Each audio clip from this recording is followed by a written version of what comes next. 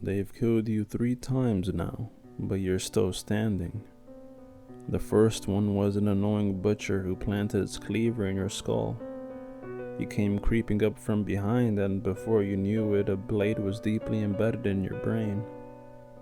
Within the hour, you were stumbling around the city again, searching for flesh. The second one was a gorgeous blonde who bashed your head in with a baseball bat. The third one, a sniper hiding on a supermarket rooftop.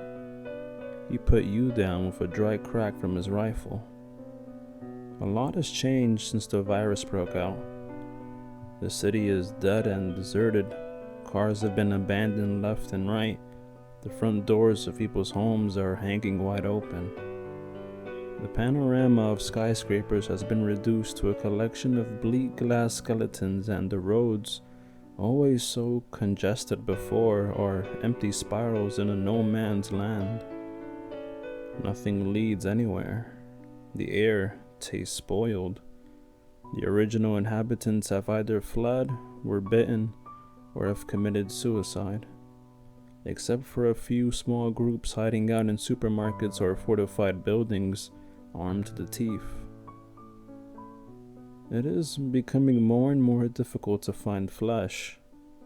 Every now and then, with a bit of luck, you manage to grab some dickhead trying to be a hero, or a lost child. But there is not enough food for everyone, and you wonder who will starve first, you or the last remaining people. Even though you are dead, you feel more than ever before, despite the fact that your muscles and nerves are no longer capable of expressing it. It's not easy, crying or laughing with rotting jaws and popping eyeballs. All you can utter is a combination of rattles and rusty guttural noises. Your senses are failing, except for your sense of smell. That one works perfectly. You can smell flesh from dozens of feet away. Unfortunately, you can also smell yourself, especially now that the scorching heat is starting to accelerate the decomposition of your dead body. Another thing you still have is your memories. They roam around inside of your head, echoes of bitter guilt. Every minute of every day you think of Lily and your daughter Ella. You wonder where they are. Are they still alive? The last time you heard from them was when you called Lily to ask if she could pick Ella up from school. You're at the dentist, the asshole who bit you. Now that the sun is setting and darkness is spreading its ominous shadow across the city, you miss Lily and Ella even worse than during the day. It is almost as if the night wants to remind you how lonely a bitten one's existence is. The sun has set completely now, and the pale crescent of the moon floats in the black night sky like a threatening scythe. It's time to go out hunting. This is the time when groans in the distance swell and the eerie shadows of stumbling corpses populate the streets. Sometimes you hear a brief yell or long drawn-out screams from a human, male or female. The distinction is often unclear. You hate it, but you have to eat. Your insides are tearing with hunger. You spot a man around the crossroads. Food is your first thought. He is all alone. Guarded, the man glances over his shoulder, then enters a corner gun store. If you handle this right, he's yours. You try to move toward the store as quickly as possible, though your partly decomposed leg muscles are a hindrance. Your left leg drags across the asphalt. 10 yards are all that separate you from your prey. Your reflexes suck, so you will have to surprise him. Too late. A horde of a dozen or so of the dead come lurching around the corner. One by one, they squeeze themselves inside the store. It isn't long before you hear piercing screams followed by 2 gunshots, glass breaking, and then groaning noises from the eaters. Their mouths bloody, they file out of the store again. They took him. You missed your chance. Sometimes you wonder how long you can keep this up. The city isn't what it once was, just like the inhabitants are not what they once were or ever will be again. Even the moon doesn't seem the same as it was 2 weeks ago. You feel like it's grinning at you. Everything has changed in a very short time beyond recognition. The thought chills your insides as if everything you hold dear is crumbling before your eyes. Lost in thought, you almost miss a subtle movement in the corner of your eye.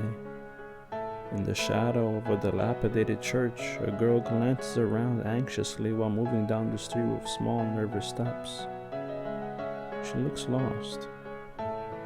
This time, you can't let your prey escape. You stumble toward her, skirting the moonlit sidewalk. It is dead silent. You can even hear the wind whispering, cold and ominous, and for the first time in days, there are no screams or groans anywhere in the background. You're all alone with her.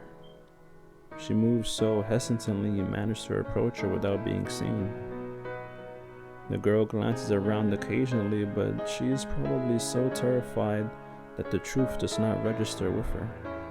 When she stops in an alley to tie her shoelaces, you quickly move 10 yards closer. The distance between you shrinks with every step you take. You hope she can't hear your foot dragging. Fortunately, you're upwind from her, so maybe she won't smell you.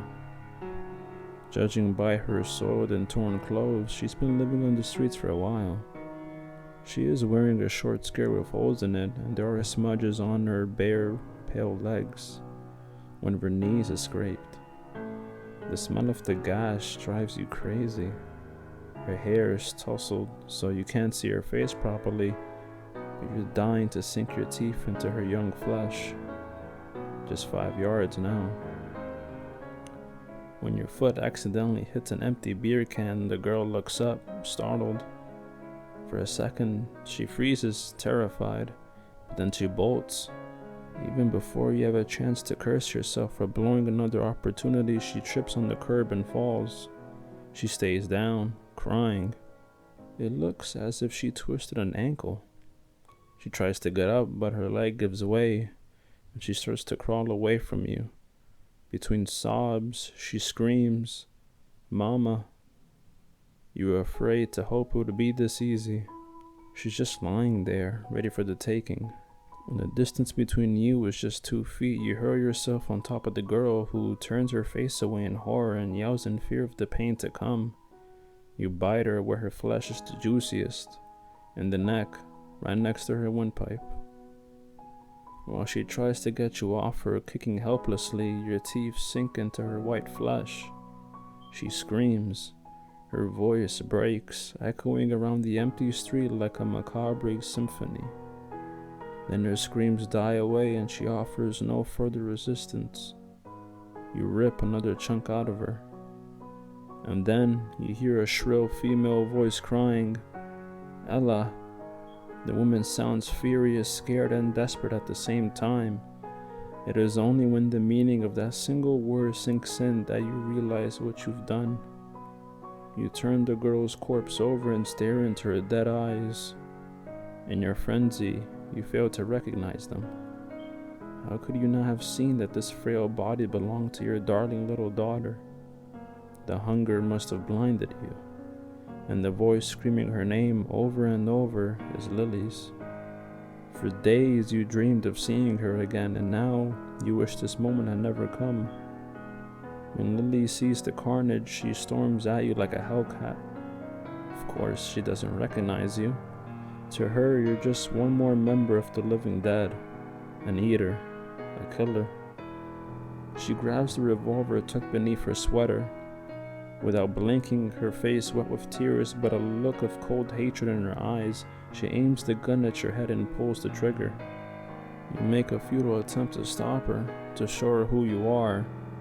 While toppling backwards, you can still hear the echo of the shot. The stinging pain in your head is paralyzing. Within 2 seconds, you're dead, but just for a little while. Before long, you will probably be stumbling around this cursed city again.